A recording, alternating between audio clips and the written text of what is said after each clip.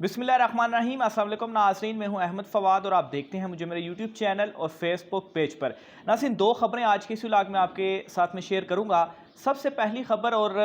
बड़ी अहम खबर है, general Bajwa army chief general Qamar Javed Bajwa Sahab की एक्सटेंशन या नए आर्मी चीफ की तैनाती। इस हवाले से गुज़श्ता दिनों से काफ़ी ज़्यादा जो चहमगोइयाँ हैं वो की जा रही हैं, काफ़ी थ्योरियाँ और अफवाहें जो हैं वो गर्दिश कर रही हैं। कुछ एक्सक्लूसिव डिटेल्स मैं आपके साथ शेयर करूंगा। इमरान खान साहब की जानिब से इस मामले के ऊपर क्या कहा गया है कि आर्मी चीफ जनरल बाजवा साहब को एक्सटेंशन देनी चाहिए या नया आर्मी चीफ आना चाहिए। इमरान खान साहब ने पहली मरतबा वाज़े तौर पर इस हवाले से अपना मौक़िफ़ सामने रखा है। और दूसरे नंबर पर नाज़रीन, जो लोग मुझे रेगुलर सुनते हैं उनको याद होगा कि कल के व्लॉग में मैंने उनसे ये खबर शेयर की थी कि इमरान खान साहब से ये डील करने की ख्वाहिश है कि वो नवाज़ शरीफ की नाअहली के ऊपर बोले ना, ताकि नवाज शरीफ को सेफ वे देकर उनको वापस लाया जाए। और इमरान खान साहब को कहा जा रहा है कि इसके बदले में ये होगा कि आपके ऊपर जो नाअहली की तलवार लटक रही है वो भी ख़त्म हो जाएगी। तो इस पर एक तो इमरान खान साहब ने इस चीज़ की तस्दीक भी की है और दूसरे नंबर पर इस डील के मज़ीद पहलू इमरान खान साहब ने ख़ुद भी बताए हैं। और नवाज शरीफ को ड्राई क्लीनर का एक नया लक़ब इमरान खान साहब की जानिब से दिया गया है। ये क्यों उनकी जानिब से कहा गया, ये भी डिटेल्स आज के इस व्लॉग में आपके सामने रखूँगा। और आखिर में आज का जलसा और नए इंतखाबात के हवाले से भी कुछ डिटेल हैं वो भी आपके साथ में शेयर करूंगा। तो मामला नाज़रीन कुछ इस तरीके से है कि इमरान खान साहब की जानिब से कल जूम के ऊपर मुख्तलिफ सहाफ़ियों से सेलिब्रिटीज़ वगैरह से जो गुफ्तगू है वो की गई और उसमें बहुत सारे सवालात इमरान खान साहब से पूछे गए। सिर्फ दो तीन पॉइंट्स में इसके सामने आपके सामने जो है वो रखता हूँ, क्योंकि वही इसके मेन क्रक्स हैं और इम्पॉर्टेंट है। सबसे पहला कि इमरान खान साहब से ये पूछा गया कि जो नवाज शरीफ साहब की वापसी या नाअहली या उनकी जो नाअहली के हवाले से हुकूमत कोशिश कर रही है, तो ये क्या मामला है। तो इसके ऊपर इमरान खान साहब ने ये चीज़ कही, ये चीज़ बताई कि मुझे नाअहल करके सितंबर में ये कोशिश की जा रही है कि नवाज शरीफ साहब को वापस लाया जाए। और फिर ये कोशिश की जा रही है कि जब नवाज शरीफ वापस आ जाएं और चूंकि वो भी नाअहल होंगे और मैं भी नाअहल होऊंगा, तो फिर उस वक्त कोई जो कंप्रोमाइज़ है वो मुझसे करवाने की कोशिश की जाएगी कि आप दोनों नाअहल हैं, आप दोनों की नाअहली ख़त्म और आप दोनों के लिए जो इलेक्शन का रास्ता है वो खुला हुआ है। लेकिन इसके ऊपर इमरान खान साहब ने कहा है कि मेरा बड़ा वाज़ेह स्टांस है कि इस हवाले से कोई डील नहीं होगी, नवाज शरीफ को कोई भी डील नहीं दी जाएगी। और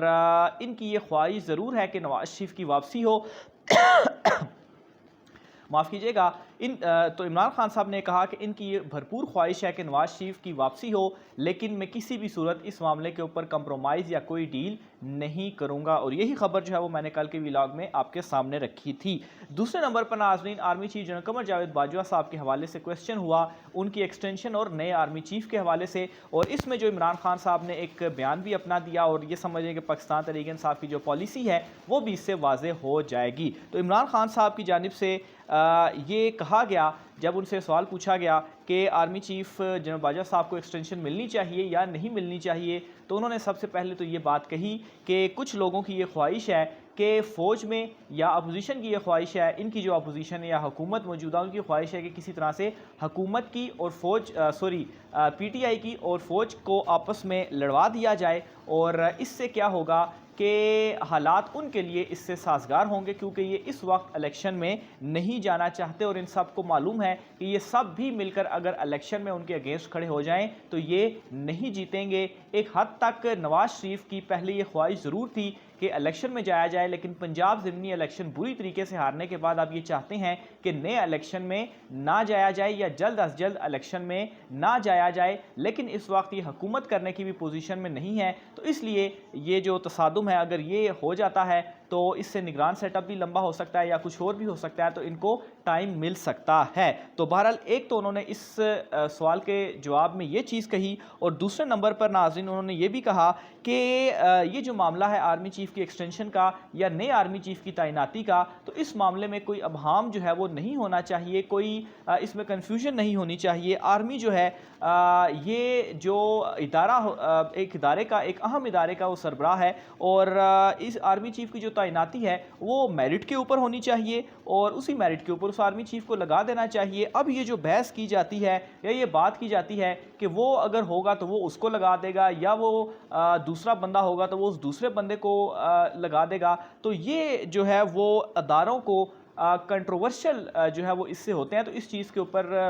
बिल्कुल भी कोई बहस नहीं होनी चाहिए और कंट्रोवर्शियल मामला नहीं होना चाहिए। बस आपने आर्मी चीफ़ की तैनाती करनी है तो जो बंदा मेरिट पर है वो आर्मी चीफ़ बन जाएगा। और साथ ही बरतानिया की इमरान खान साहब ने एग्जांपल दी कि आप बरतानिया के निज़ाम देख लें, क्या वहाँ पर कभी इस चीज़ के ऊपर कोई मसला बना, फिर हमारे यहाँ पर ये जो बार बार मसला है ये क्यों बना दिया जाता है और बार बार इसको जो है वो उछालते हैं। तो यानी कि इमरान खान साहब ने यहाँ पर अपना जो एक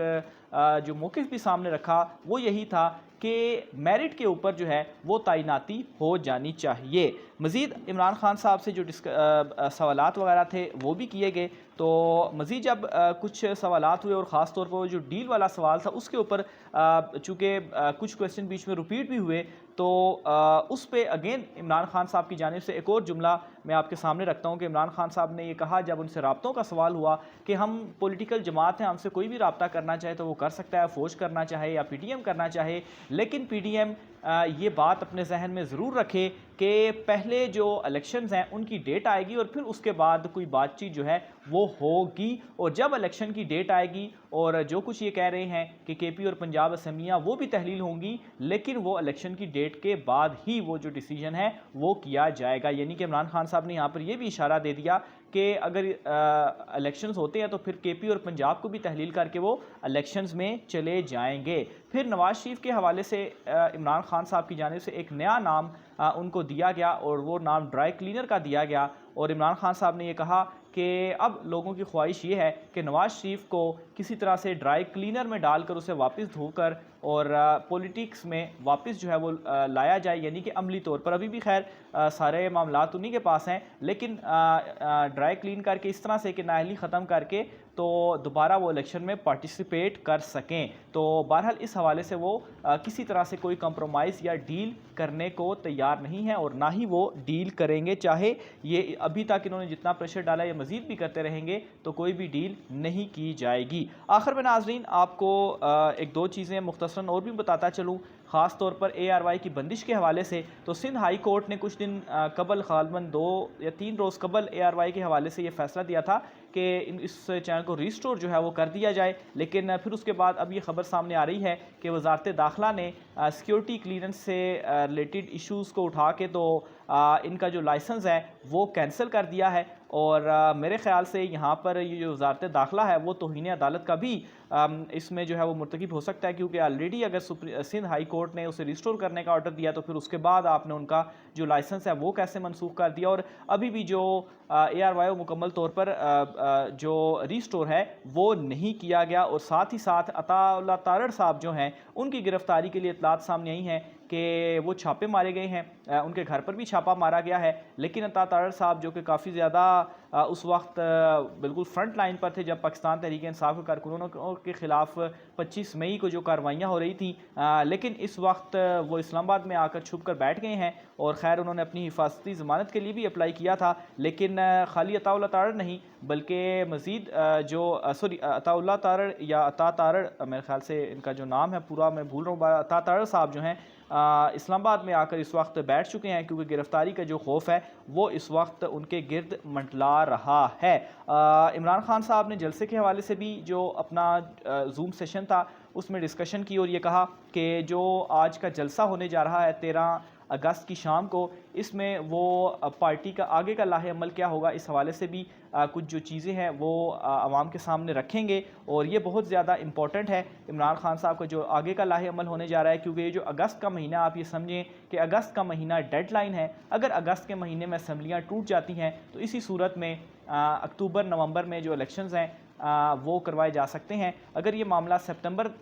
तक चला जाता है या सितंबर भी गुजर जाता है तो फिर उसके बाद ज़ाहिर सी बात है जो नवंबर की तैनाती के हवाले से काफ़ी ज़्यादा शोर था, तो फिर उसके बाद ही इलेक्शंस होंगे, यानी कि मामला फिर फरवरी या मार्च में चला जाएगा। लेकिन अभी तक जो डिटेल्स हैं, जो इतलात हैं वो यही हैं कि अक्टूबर नवंबर में इलेक्शंस जो हैं वो ऑन कार्ड हैं। आज का व्लॉग से नाज़रीन इतना ही, मुझे इजाज़त दीजिए, अल्लाह हाफ़िज़।